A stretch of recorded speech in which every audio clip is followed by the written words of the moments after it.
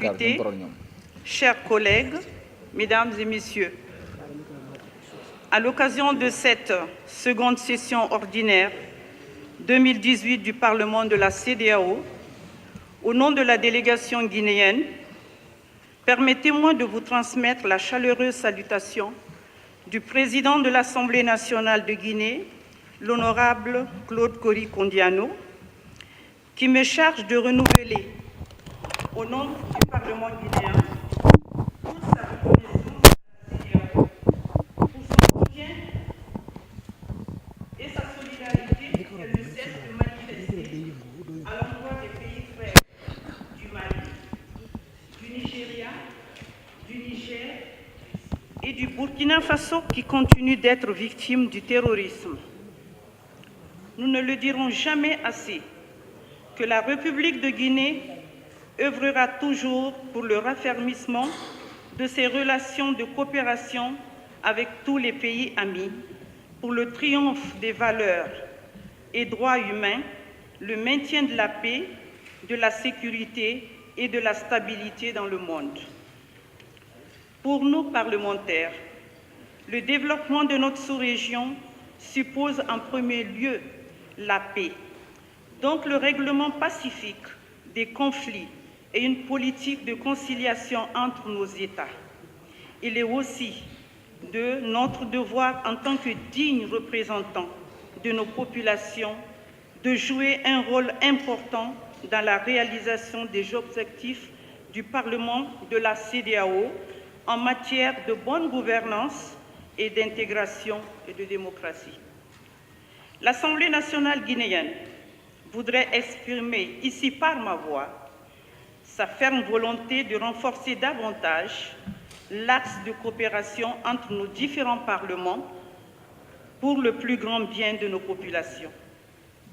Madame la Présidente, le présent rapport s'articule essentiellement autour des points définis par le Secrétariat général du Parlement de la CEDEAO. Il s'agit notamment de l'état de mise en œuvre des textes communautaires, ratification des protocoles et conventions, mise en œuvre des programmes et du prélèvement communautaire, la situation politique, la situation des droits de l'homme, la situation sécuritaire, état des réfugiés dans la région, la situation économique et sociale, l'état de mise en œuvre du programme macroéconomique de la CEDEAO, niveau de réalisation des critères de convergence, l'état de mise en œuvre des projets et programmes de la CEDEAO, l'environnement et le changement climatique, les activités de sensibilisation menées par les parlementaires.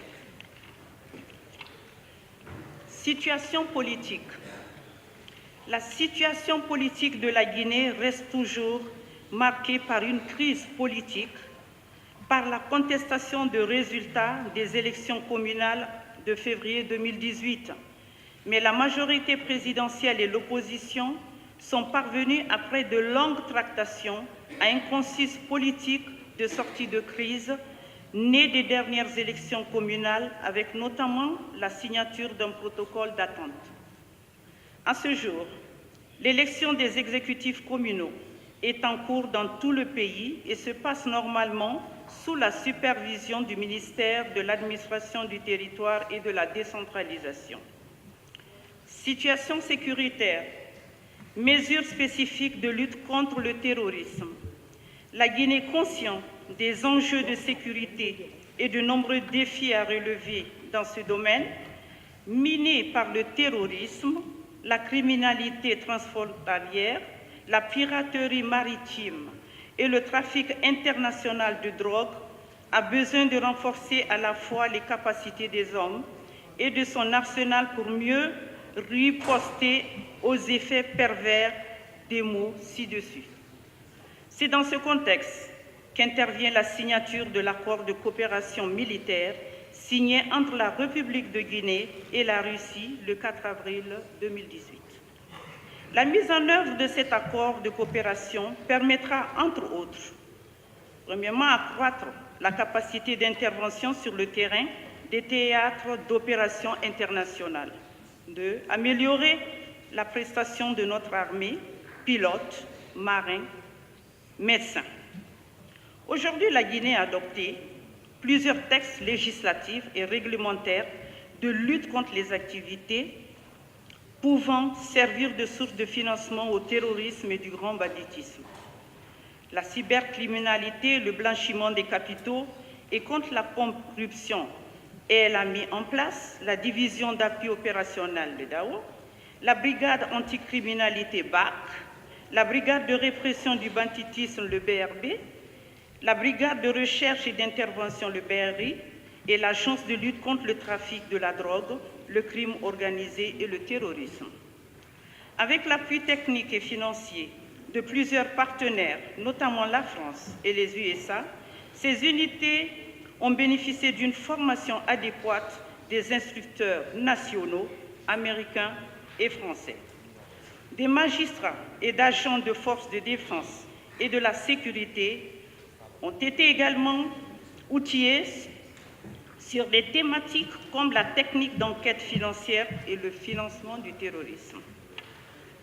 Ces renforcements de capacités ont permis la saisie de plusieurs quantités de drogue et autres produits prohibés à l'aéroport de Conakry, l'arrestation des auteurs et complices ainsi que des bandits spécialisés dans le kidnapping.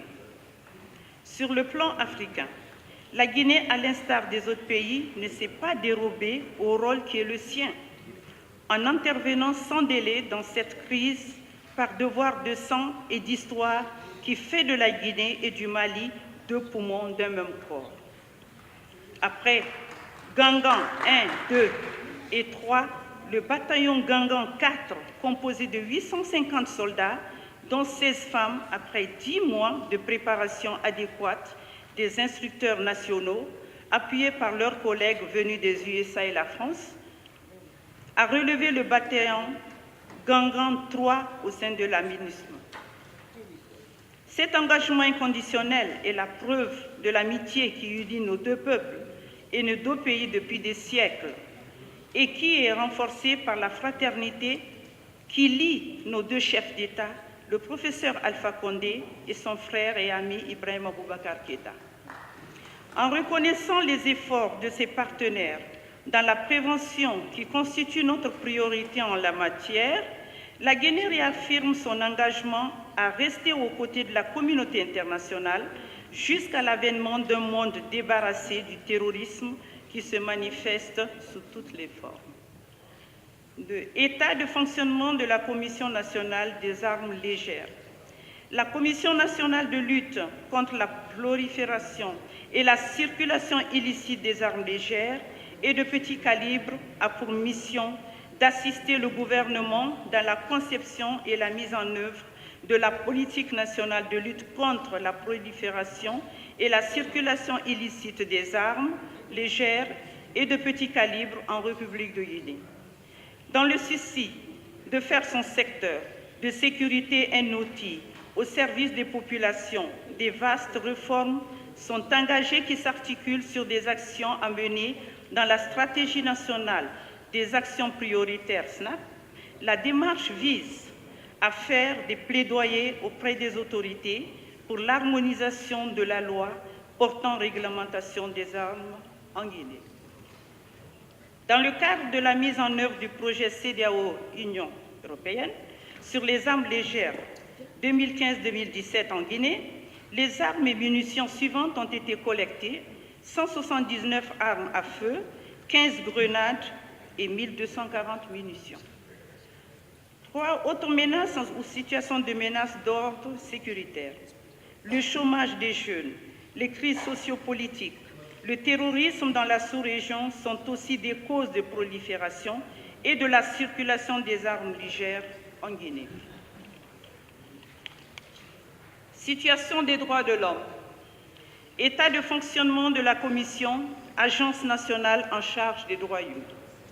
L'Institution nationale indépendante des droits humains, INDH, est impliquée dans plusieurs formations, notamment à l'intention des forces de défense et de sécurité sur les questions de détention et de maintien de l'ordre. Actuellement, un rapport intégré qui prend en compte le contenu des différents rapports est en train d'être élaboré il sera mis à la disposition de l'autorité et publié conformément à la loi. L'INDH, en termes d'innovation, envisage la création d'une clinique pour prendre en compte les plaintes individuelles et d'un réseau des journalistes des droits de l'homme pour développer la prise en charge des questions relatives aux droits de l'homme, notamment sur les questions particulières qui concernent les femmes et les enfants. S'agissant des violences survenues à l'intérieur du pays à Conakry, l'INDH regrette cet état de fait et a déjà déployé des commissaires pour essentiellement documenter toutes les violences consécutives à la mise en place des conseils communaux qui a mal tourné. Cette institution a besoin d'être renforcée afin que son indépendance soit opérationnelle. 2. État de respect, promotion des libertés et droits fondamentaux, liberté de presse et d'opinion, droit de réunion et de manifestation. La radio reste la principale source d'information du public et de nombreuses stations privées émettent dans tout le pays. La liberté de réunion, d'association et de manifestation est généralement respectée, mais ces derniers temps, suite aux revendications politiques et sociales, les syndicats, la société civile et les partis politiques se sont plaints d'entraves administratives à la tenue de marches ou manifestations et leurs interdictions sont observées. Situation, mesures spécifiques relatives à la protection des droits des personnes handicapées. Après l'adoption de la loi portant promotion, protection des personnes handicapées, les décrets d'application sont en cours d'élaboration pour mettre fin à la discrimination à l'encontre des personnes handicapées dans les domaines de l'éducation, des transports, notamment aériens, de l'accès aux soins de santé ou de l'obtention d'autres services publics. La promotion des droits de la femme. Le gouvernement et les organisations de la société civile ont lancé une campagne de sensibilisation et de lutte contre les mutilations génitales féminines. Un guide de prêche est également élaboré à l'intention des leaders religieux grâce à l'appui de l'UNP. Le projet de code civil révisé à l'Assemblée nationale prend en compte la promotion et protection des droits de la femme et des enfants, notamment sur la nationalité, la déclaration de naissance, le domicile, la puissance paternelle, les droits et devoirs des époux, etc. Le Forum des femmes parlementaires de Guinée, FOFBAD, en collaboration avec les organisations féminines de la société civile, organise des plaidoyers lobbying en vue d'une meilleure participation des femmes en politique ainsi que leur autonomisation. À ce jour, une proposition de loi instituant la parité en Guinée a été déposée à l'Assemblée nationale pour examen et adoption par le Forum des femmes parlementaires de Guinée FOFPAC. Les femmes regrettent la diminution du nombre de femmes de 6 à 4 dans le nouveau gouvernement et l'ont exprimé au chef de l'État, qui a pris bonne note de la frustration des femmes et promet de corriger dans la nomination des cabinets ministériels. La promotion des droits de l'enfant. D'énormes efforts sont consentis par le gouvernement et ses partenaires, UNICEF, INPE, PNUD.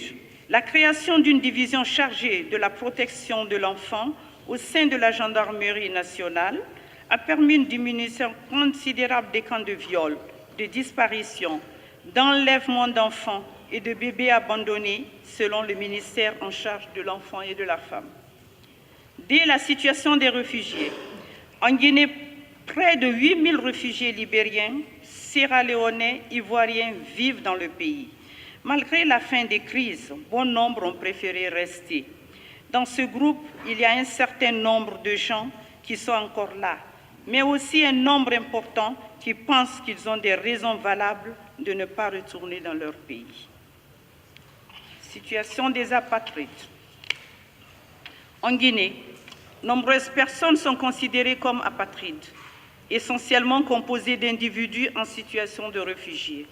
Leur nombre ne cesse d'accroître et conformément aux engagements du gouvernement guinéen, un plan d'action global 2014-2024 visant à prévenir et à lutter contre l'apatridie est mis en place. Les dispositions sur l'apatridie sont également prévues dans le nouveau projet de code civil révisé et permet à une personne d'obtenir la nationalité. 4. État de mise en œuvre des textes communautaires. État de ratification des textes communautaires. La Guinée a signé 54 protocoles et conventions de la CEDEAO. Seulement 13 restent encore non ratifiés. D'après les autorités en charge de l'intégration africaine, des efforts sont en train d'être mis en place pour la ratification des 13 protocoles et conventions non ratifiées par la Guinée. De la libre circulation des personnes et des biens. Un travail de sensibilisation de tous les acteurs clés, organisations de la société civile, jeunes, migrants, forces de sécurité, agents des services de l'immigration, est en cours dans le cadre du projet d'appui à la protection des droits et à la lutte contre les tracasseries aux postes frontaliers en Guinée à travers des conférences de débat et de plaidoyer et lobbying avec l'appui de l'OIM. 5. État de mise en œuvre des projets et programmes communautaires. La représentation permanente de la CEDEAO en Guinée joue son rôle, continue d'être l'interface et le coordonnateur des projets et des activités entre l'État guinéen et la CEDEAO et a piloté en partenariat avec d'autres institutions internationales et nationales des projets CEDEAO-Union européenne, du prix CEDEAO de la qualité, projet d'interconnexion électrique entre la Guinée, la Côte d'Ivoire, le Libéria et la Sierra Leone, projet régional CEDEAO-Union européenne sur les armes légères et de petit calibre, projet FAO-CEDEAO pour le renforcement des capacités pour la mise en œuvre de la politique agricole régionale ECOWAP, CEDEAO PNUD à la réforme du secteur de sécurité RSS, projet régional OAS de renforcement des systèmes de surveillance des maladies en Afrique de l'Ouest, REDIS, le Comité national de coordination des politiques macroéconomiques de la CEDEAO, le projet du Centre CEDEAO pour le développement du genre, projet du programme d'amélioration de la compétitivité des entreprises ouest-africaines, etc. 6. Situation économique et sociale, croissance économique. L'économie guinéenne a enregistré une croissance de 5,8% en 2018, en baisse par rapport à une croissance de 6,7% en 2017. Portée par un secteur minier dynamique, les prévisions sont inférieures aux objectifs de croissance de 7% que les autorités espéraient dépasser en 2018. Ce ralentissement est lié à des émeutes qui ont eu lieu dans la région de Boké lorsque des jeunes en colère ont bloqué les trains et les chemins de fer pour protester contre le chômage, les coupures d'électricité et la pollution. L'exploitation minière est le secteur principal qui soutient la croissance actuelle.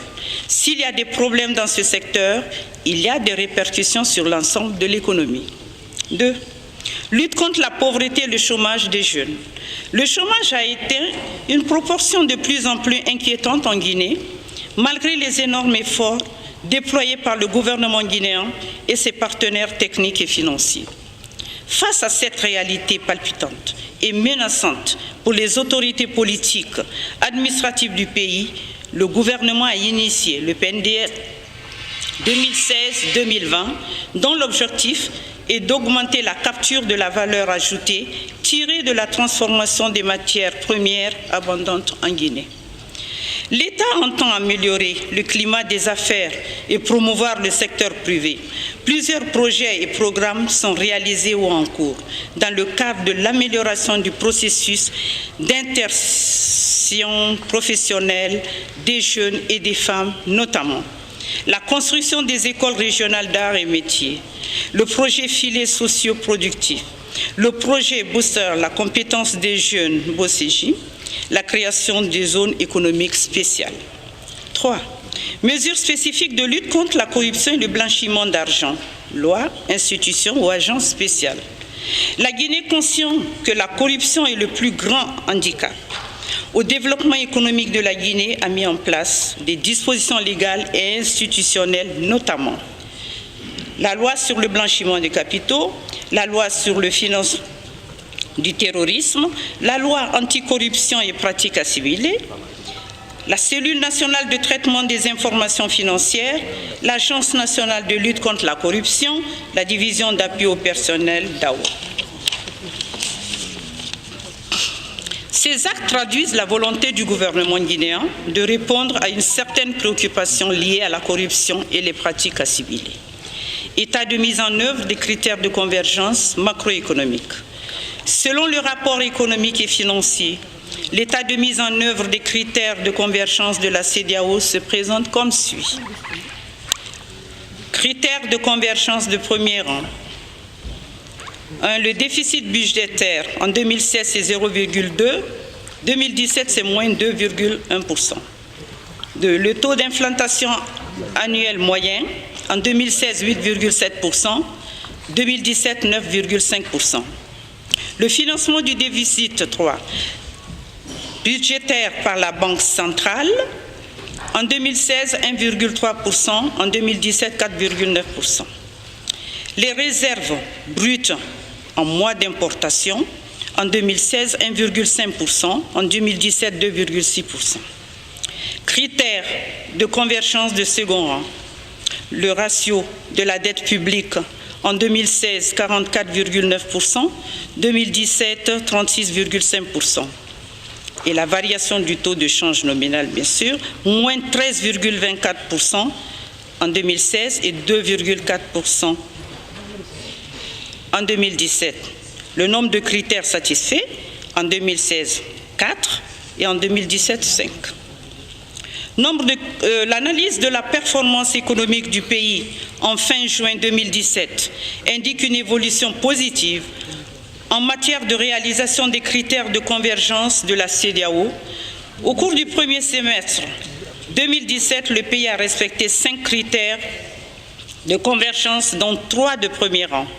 Tous les critères ont été respectés à l'exception de celui relatif aux réserves brutes de change en mois d'importation.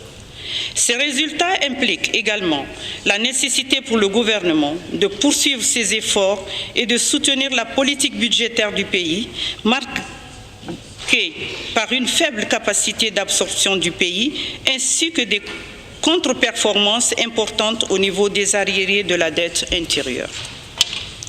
7. Environnement et changement climatique. État de mise en œuvre des décisions issues de la COP 21 et 22. La Guinée dispose d'importantes ressources forestières, hydriques, maritimes. Cependant, la plupart de ces ressources naturelles sont également actuellement menacées. Plusieurs dispositions sont prises par la Guinée pour réduire les émissions de gaz à effet de serre d'ici 2030, par la mise en œuvre des recommandations issues des COP 21 et 22 à travers les départements en charge de l'environnement, l'agriculture, l'énergie, la pêche notamment. La poursuite des efforts dans le cadre du projet de renforcement de la résilience et d'adaptation aux impacts négatifs du changement climatique dans les zones côtières vulnérables de Guinée-Razassi. Accroître l'implication des femmes dans les prises de décision en matière de protection de l'environnement et de leur autonomisation, la construction des barrages hydroélectriques en cours, l'aménagement et mise en valeur des domaines agricoles, horticoles, piscicoles sont en cours, vulgariser et communiquer l'information liée aux droits de l'environnement, aux causes et impacts du changement climatique dans une démarche de sensibilisation et d'éducation de l'ensemble de la population guinéenne, promotion des énergies renouvelables, de substitution, gaz, butane, biogaz et solaire par l'exonération fiscale. Ces actes traduisent la volonté de la Guinée de répondre à une certaine préoccupation liée à la dégradation du milieu naturel et du changement climatique. 8. Paiement des produits du prélèvement communautaire, état des paiements dans le compte du prélèvement communautaire. Selon le dernier relevé du Trésor public à la Banque centrale de la République de Guinée, en date du 25 septembre 2018, la Guinée a versé au compte de la CEDEAO la somme de 24 307 497 696 GNF, soit 2 642 119 US$. de défis dans la mise en œuvre du prélèvement communautaire. L'application de ce protocole tel que prescrit se heurte à des difficultés liées d'une part avec la politique de l'unicité de caisse. Les fonds collectés par l'administration des douanes sont versés dans le compte unique du Trésor public en lieu et place du compte de la CEDEAO ouvert à la Banque centrale et d'autre part au déficit de réserve en devises à la BCRG. 9. Activités de sensibilisation menées par les parlementaires. Restitution des travaux des sessions du Parlement de la CEDEAO à l'Assemblée nationale. Compte tenu du calendrier chargé lors de la session des lois 2018, nous n'avons pas pu faire la présentation de nos activités du Parlement de la CEDEAO, mais nous avons déposé un rapport d'activité au bureau de l'Assemblée nationale.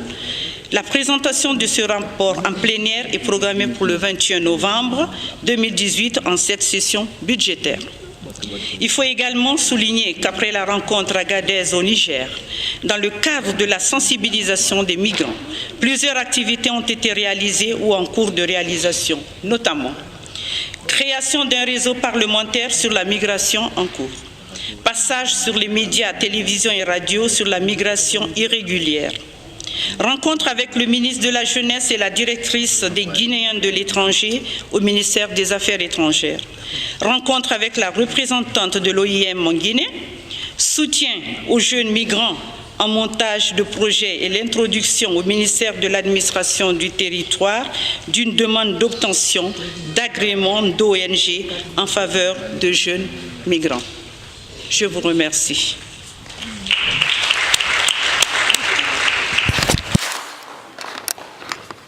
Merci, Madame le rapporteur de la commission du VL. Nous allons écouter maintenant la délégation